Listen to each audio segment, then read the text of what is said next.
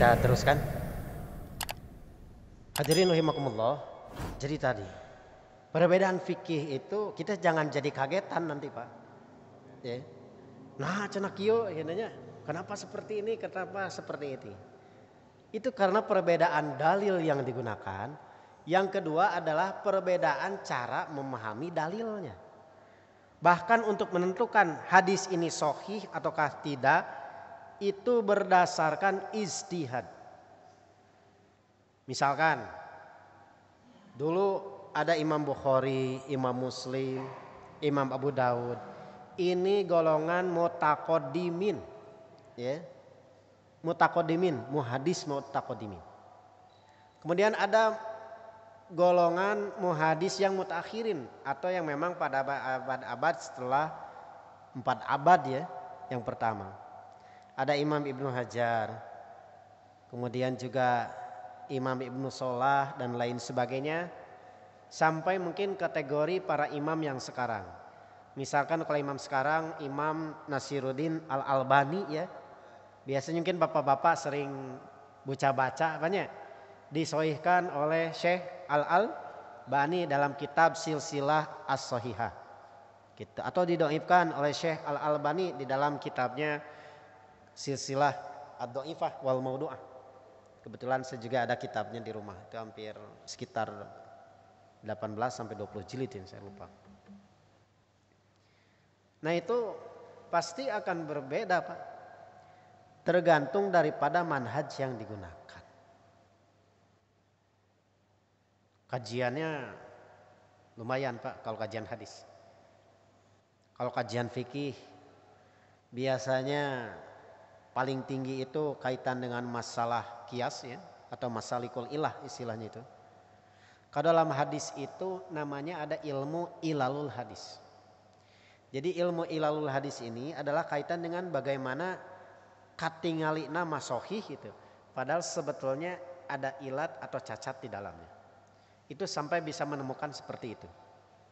Ibaratnya menemukan jarum pada malam hari. Kemudian juga dalam gua, dalam tumpukan jerami.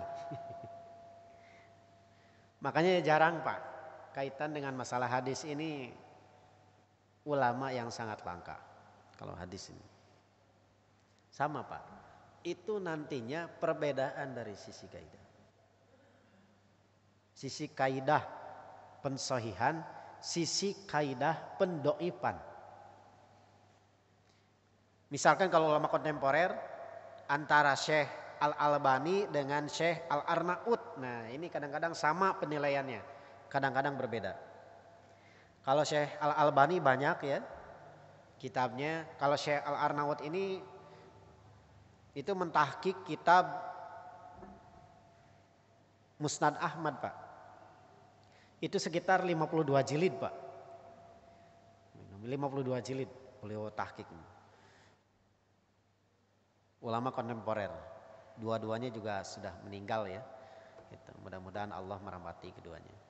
Hadirin rahimakumullah. Nah ini perbedaan sisi penentuan hadis juga sama Pak. Termasuk juga perbedaan kaidah kaitan misalkan hadisnya sudah dhaif. Nanti perbedaan juga Pak, walaupun sudah disepakati dhaif juga. Apakah dhaif ini misalkan masih dapat dijadikan hujah ataukah tidak? Sebagian ulama tegas tidak bisa dijadikan hujah karena ada problem nisbat kalau hadisnya dhaif dengan Rasulullah sallallahu alaihi wasallam. Kalau sebagian lagi ya digunakanlah dalam konteks tertentu. Karena ini lebih baik daripada ro'yu pendapat biasa. Masih mending hadis dhaif. Gitunya masih ada mengandung sunnah Rasulnya daripada pendapat biasa. Ada yang berpendapat seperti itu. Ada yang digunakan dalam padoiul amal, yaitu dalam keutamaan amal misalkan. Ada yang tidak menggunakannya sama sekali. Jadi dengan hal ini perspektif kita harus luas. Gitu. Jadi ini adalah khazanah keilmuan para ulama yang begitu besar. bahkan tersimpan di dalam berpuluh-puluh bahkan mungkin beratus-ratus jilid kitab. Rupina kalau terkait dengan masalah yang lain atau agama yang lain kayaknya tidak akan sampai seperti itu Pak ya. Tafsir saja misalkan ada orang Indonesia itu saya lupa itu profesor siapa. Beliau ini Azmat Khan ya nama ininya itu. Marganya itu nulis sampai hampir 125 kalau nggak salah, 125 jilid. Orang Indonesia Pak, bisa sampai seperti itu. Nah ini gambaran Pak, gambaran kaitan dengan masalah fikih, kaitan dengan masalah usul fikih, penilaian bagaimana pemahaman, penilaian juga kaitan dengan masalah hadis juga sama. Makanya Pak, kita juga harus berhati-hati. Tidak mudah untuk menuduh orang lain salah. Harus berhati-hati. Karena tadi perbedaan dari sisi dalil yang digunakan. Yang kedua bisa jadi adalah karena perbedaan kaidah yang digunakan. Harus berhati-hati. Hadirin rahimakumullah, tentu semuanya juga kembali kepada Al-Quran dan As-Sunnah. Ada yang kembali kepada Al-Quran dan As-Sunnah sesuai dengan pemahaman madhab. Ada yang kembali kepada Al-Quran dan As-Sunnah sesuai dengan pemahaman para sahabat. Nah itu rekan kita yang dari kalangan salafi Pak. Jadi kembali kepada Al-Quran dan As-Sunnah sesuai dengan pemahaman para sahabat. Walaupun terkadang apa yang dipahami oleh para ulama kontemporer juga ya. Syekh Al-Albani, Syekh bin Baz misalkan atau Syekh Utsaimin. Atau ada kembali kepada Al-Quran dan As-Sunnah misalkan. Sebagaimana yang dipahami oleh para ulama yang di majelis tarjih. Atau yang dipahami oleh Dewan Hizbah dan lain sebagainya.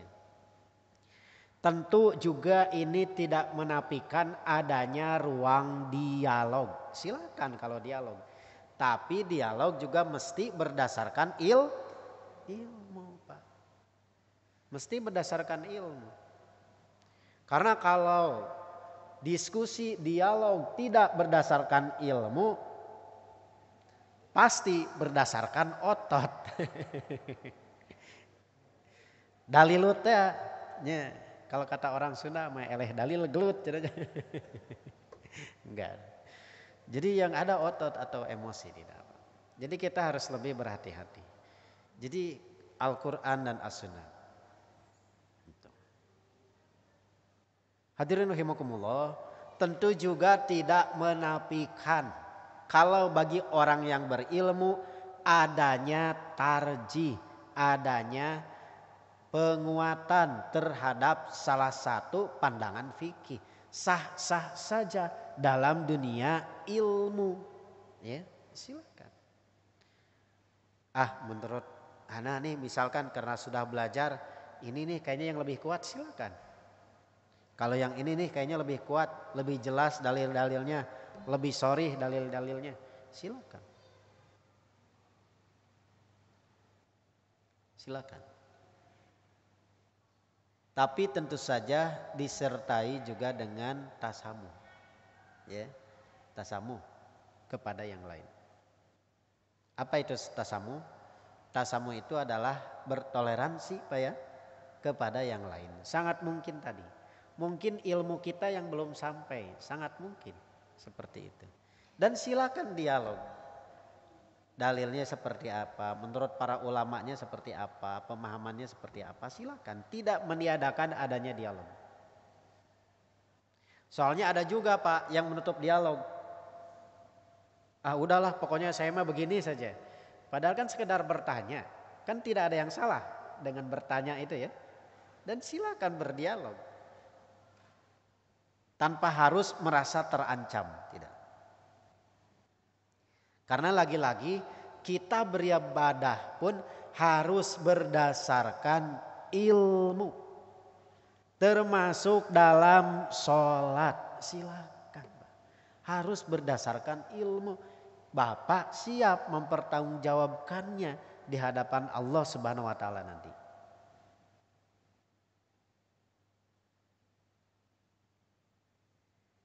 Hadirin rahimakumullah, nah itu. Nah ini, tetap tidak meniadakan adanya dialog, tetap tidak meniadakan adanya diskusi. Silakan diskusi. Tapi tentu harus didasari sebagai rasa persaudaraan, ukhuwah, saling tukar informasi. Bahkan kalau perlu mungkin sampai penelitian lebih jauh lagi ya, diskusi-diskusi, silakan. Saya dulu punya grup WA di diskusi fikih itu Pak, sampai siang malam itu sampai 2 minggu. Hanya satu persoalan fikih saja. Satu persoalan fikih saja, itu sampai 2 minggu. Hampir 2 minggu siang malam.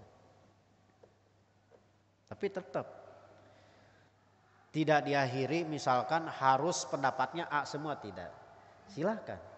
Tapi tidak meniadakan adanya dialog, tidak meniadakan adanya apa yang mesti kita pilih di antara fikih-fikih tersebut.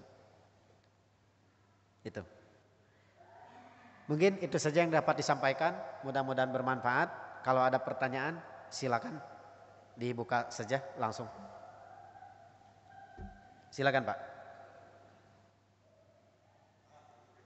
Enggak Pak Haji. Sedang.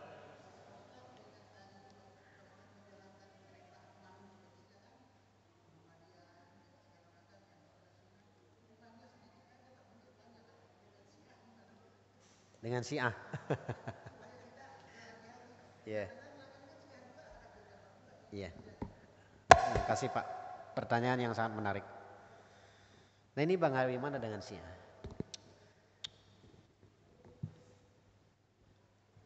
Syiah itu memang dari sisi sejarah memang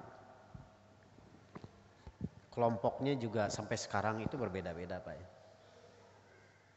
Jadi kita tidak bisa menilai Syiah itu langsung gebiah uyah gitu ya. Gitu. Jadi ada yang memang mukafiroh yang sampai mengeluarkan orangnya itu dari keislamannya. Tapi ada juga yang memang saya mengikuti pendapat MUI saja ya. Gitu. Itu termasuk kelompok yang di dalamnya juga ada yang menyimpang gitu. Menyimpang. Kalau dijelaskan mungkin banyak Pak. Silakan. Tapi singkatnya saya mengikuti pendapat MUI saja bahwa itu termasuk kelompok yang memang menyimpang. Ada yang hanya menyimpang saja, ada yang sampai itu mukafiroh sampai memang keluar. Tapi ada juga kelompok yang memang mengkafirkan Syiah semua misalkan ya. Itu enggak. Kalau saya enggak, tergantung daripada harus diteliti pahamnya itu seperti apa. Bahkan ada yang beranggapan misalkan ya, kalau yang mukafirah mungkin sudah sampai menuhankan Ali bin Abi Thalib misalkan ya. Itu karena pada dasarnya kan ada yang juga yang disebut dengan tasayu kalau Pak waktu dulu itu. Jadi kalau tasayu itu agak kesia-siahan. Jadi hanya sekedar melebihkan Ali bin Abi Thalib daripada Abu Bakar dan Umar bin Khattab. Saya pikir kalau hanya sekedar seperti ini, sepertinya tidak sampai mengeluarkan ya dari Islam, tidak. Dan pahamnya banyak sekali Pak, berjilid-jilid juga dan juga ratusan jilid juga, gitu ya kitab-kitabnya itu. Jadi memang tidak bisa dijelaskan hanya dengan satu pertemuan saja, apalagi sesingkat ini. Tapi pada intinya saya termasuk orang yang dalam hal ini itu mengikuti fatwa MUI ya dan juga yang lain itu bahwa ini termasuk golongan yang memang menyimpang, gitu. Termasuk golongan yang menyimpang dengan ajaran-ajarannya. Ajarannya takiyah misalkan ya, misalkan boleh berbohong ya, berbohong. Takiyah ini. Kemudian juga ajaran-ajaran seperti turbah ya, yang tanah itu.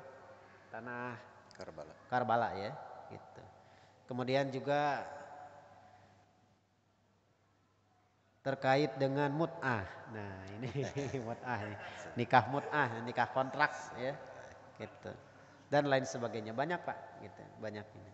Tapi secara umum jika terkait dengan paham-paham yang tadi itu, maka tentu saja itu sudah paham-paham memang yang keluar daripada Ahlussunnah ya. Ahlussunnah wal Jamaah. Dan Ahlussunnah wal Jamaah juga rumah besar, Pak. Jangan sampai pikiran kita juga, wah Ahlussunnah itu hanya Salafi saja. Ahlussunnah itu hanya NU saja, misal ya, misal. Atau versi tidak. Karena Ahlussunnah itu tadi, Pak, semuanya juga kembali kepada Al-Quran dan As-Sunnah. Hanya metodologinya saja yang berbeda. Bisa dipahami, Pak? Nah, seperti itu.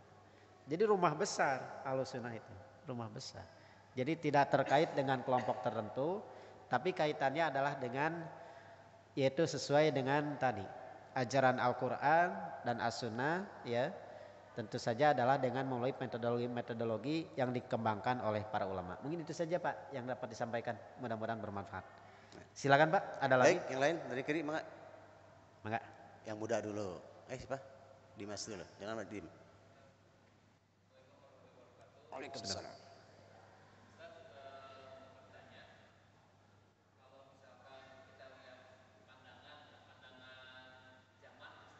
Ya. Man.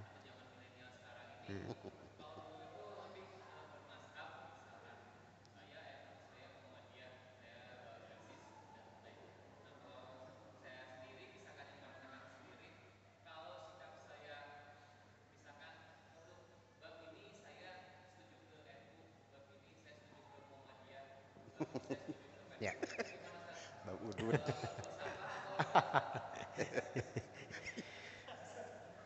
Apapun mesti berdasarkan ilmu. Jadi silakan. Oh, ini kalau pertimbangan saya misalkan ya. Pertama tentu saja harus dikuasai ilmu-ilmu dasar ya. Sebisa mungkin harus ditingkatkan belajar itu. Jadi bukan hanya belajar ngaji saja, tapi belajar bahasa Arab misalkan ya, sedikit-sedikit. Kemudian juga belajar ilmu alat misalkan sedikit-sedikit saja. Saya pikir banyak sekarang di internet juga. Seperti ilmu nahwu, sorof, usul fikih dan lain sebagainya. Kemudian juga terkait dengan masalah tadi. Jadi mesti berdasarkan ilmu. Ya, mesti berdasarkan ilmu, silakan. Lihat secara objektif. Mana argumentasi yang paling kuat, mana neleuwih kaharti, silakan. Menurut Bapak, ya ambil itu. Silakan. Walaupun pendapat itu juga nanti juga bisa saja berubah seiring dengan bertambahnya ilmu Bapak, sangat mungkin. Silakan ambil ini silakan. Tapi berdasarkan ilmu. Berdasarkan ilmu. Jadi bukan hanya sekedar misalkan tahu A, B, C, tapi kita tahu alasannya. Sebisa mungkin tahu alasannya. Sedikit demi sedikit saja. Terlepas itu apakah mau NU, mau Persis, mau Muhammadiyah misalkan ya, silakan. Silakan. Misalkan saya sendiri ya, saya aktif di Persatuan Islam misalkan. Kebetulan saya juga di sekretariat Dewan Hizbah. Kemudian juga ada forum tanya jawab juga ya di internet gitu. Tapi mungkin ini yang saya pilih. Ya. Tapi bagi orang lain mungkin akan berbeda. Tapi apapun mesti berdasarkan ilmu. Saya memilih A ini karena berdasarkan ilmu. Sangat mungkin yang lain akan berbeda pilihan. Sangat mungkin yang lain akan berbeda, silakan. Tapi apapun mesti berdasarkan ilmu. Makanya dalam Al-Quran, afala taqilun, afala tatafakkarun. Ya, banyak kaitan dengan masalah akal, banyak kaitan dengan masalah maksimalisasi pengguatan daripada otak ini. Untuk apa? Untuk sampai kepada kebenaran. Tapi tentu saja tiap orang nanti akan berbeda. Kita pun tetap bertasamuh kepada orang lain terkait dengan masalah-masalah yang tadi. Kecuali memang sudah mujma' alaih ya. Misalkan yang sudah ada fatwa ya, yang memang sudah memayungi umat Islam yang secara luas seperti MUI misalkan gitu ya. Seperti kasusnya tadi tentu itu sesuatu yang berbeda ya. Sesuatu yang berbeda. Mungkin itu bisa dipahami. Silakan. Cari ilmu, silakan dari apapun. Gimana? Tidak. Silakan cari ilmu. Sekarang banyak wasailnya. Mau dari internet, mau dari YouTube, mau langsung pengajian seperti ini, silakan. Silakan cari dan mana yang paling rasional. Silakan. Saya tidak membatasi. Oh iya kuduk hadiah silakan. Neangan ilmu mah kumaha silakan. Mau dari baca buku silakan. Mau yang berguru silakan. Ya, kita tetap siapapun yang menjadi guru kita harus hormati beliau. Walaupun sangat mungkin akan berbeda pendapat dengan kita, tapi kita tetap menghormati. Pada akhirnya apa? Apapun berdasarkan ilmu. Ya. Bisa dipahami? Bisa insya Allah ya, silakan. Alhamdulillah. Baik, terima kasih Ustadz. Ini mungkin begini, karena insya Allah ini kajian ini berseri ya. Nanti kita ini Ustadz aja kapan bisa lagi datang. Karena ini tidak mungkin menjelaskan kaifiat sholat itu dalam sesingkat ini Ustadz ya. Ini ada pertanyaan satu, tetapi ini mungkin nanti sudah masuk ke kaifiat sholat. Karena pertanyaan begini, Assalamualaikum Ustadz, terima kasih. Semoga Ustadz sehat selalu. Pertanyaan saya, kapan makmum kalau sholat berjamaah membaca Fatihah? Apakah setelah imam di dalam hati atau dipelankan atau tidak usah sama sekali? Karena pernah dengar bahwa sholat berjamaah itu bacaan imam mencukupi bacaan makmum. Nah ini karena waktunya mungkin Ustadz juga mengasilahkan kalau mau jawab secara singkat. Ya. Tapi yakin ini akan kita bahas di masa-masa akan datang di kaifiat sholat baik gerakan dan bacaan. Dan insya Allah hadirin kita nanti pertemuan berikutnya ini sekalian Ustadz ya akan ada praktek juga ya. Praktek juga gerakan sholat yang ada dalilnya begitu. Bang, telangkung Ustadz ini mau dijawab secara singkat sekarang atau mau ditunda untuk pertemuan berikutnya karena dia masuk ke materi pokok gitu. Nah, ini salah satu daripada perbedaan pendapat fikih ya. Misalkan kalau imam misalkan di Syafi'iyah itu kan bacanya berarti setelah baca Al-Fatihah imam. Ini kan konteksnya ketika sholat berjamaah ya. Kemudian sholatnya jahar. Ya, sholatnya dijaharkan. Apakah makmum membaca Al-Fatihah kembali ataukah tidak? Nah, dalam hadisnya itu kan la sholata liman lam yaqra bi Fatihatil kitab. Jadi tidak ada sholat bagi orang yang tidak membaca Al-Fatihah. Lalu kapan membaca Al-Fatihahnya? Ya, kapan baca Al-Fatihahnya? Nah, kalau Imam Syafi'i pendapatnya ya baca Al-Fatihahnya nanti setelah imam selesai baca Al-Fatihah. Karena mendengarkan misalkan bacaan yang sunat ya mungkin itu hukumnya juga sunat juga gitu. Jadi ngambil fikihnya ke sana. Tapi ada pula misalkan para imam ya yang lain misalkan yang beristimbat itulah sholat liman lam yaqra itu bi Fatihatil kitab itu yaitu ketika misalkan pertama dalam keadaan sholatnya itu memang munfarid, yang kedua dalam keadaan sholatnya itu disirkan seperti misalkan berjamaah dalam sholat duhur atau dalam sholat asar. Kemudian juga ada hadis yang lain misalkan ketika adapun dalam keadaan jahar maka misalkan berdalil dengan ayat Al-Quran pastami'u lahu wa ansitu. Artinya bahwa baik itu dalam surat Al-Fatihah ketika dibacakan ataupun begitu juga dalam surat misalkan. Karena kalau misalkan ketika itu di imam baca kemudian makmum baca misalkan ya itu kemudian jadi balap mungkin misalkan ya jadi tidak terdengarkan misalkan. Nah ini kan perspektif fikih sekali lagi. Jadi memang dua-duanya juga berdasarkan dalil ya. Termasuk juga Imam Bukhari. Imam Bukhari juga sama. Kalau Imam Bukhari itu mesti baca kembali. Imam Bukhari itu. Tapi berbeda dengan imam-imam yang lain. Nah sedikit lagi misalkan kaitan dengan masalah ini misalkan tadi bacaan makmum juga bacaan imam.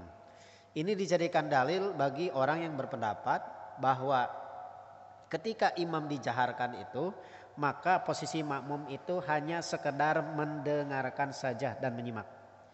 Dan ketika mendengarkan dan juga menyimak maka bacaan imam itu menjadi bacaan makmum. Gitu. Kalau dibahas mungkin satu pertemuan Pak, bisa 1 jam itu bisa. Mungkin itu singkatnya saja. Betul. Ya.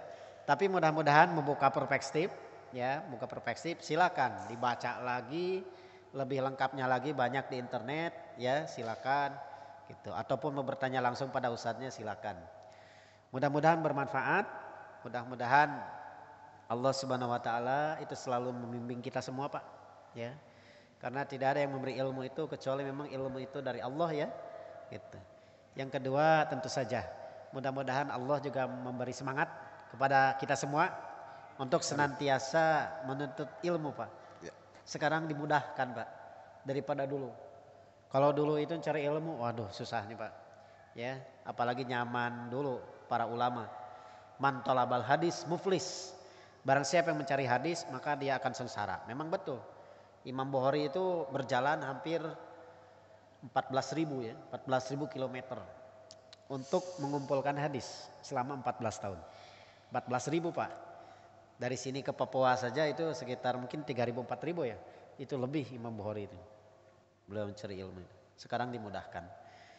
Mudah-mudahan bermanfaat, mudah-mudahan ini menjadi wasilah bagi kita semua. Amin. Untuk semakin kita meningkatkan kualitas ibadah kita kepada Allah Subhanahu wa taala, dan mudah-mudahan juga Allah Subhanahu wa taala selalu membimbing kita menuju ihdinas siratal mustaqim, kepada jalan yang lurus, yang jalan ini nantinya akan menyelamatkan kita semua. Rabbana atina fid dunya hasanah wa fil akhirati hasanah wa qina adzabannar. Walhamdulillahirabbil alamin. Assalamualaikum warahmatullahi wabarakatuh.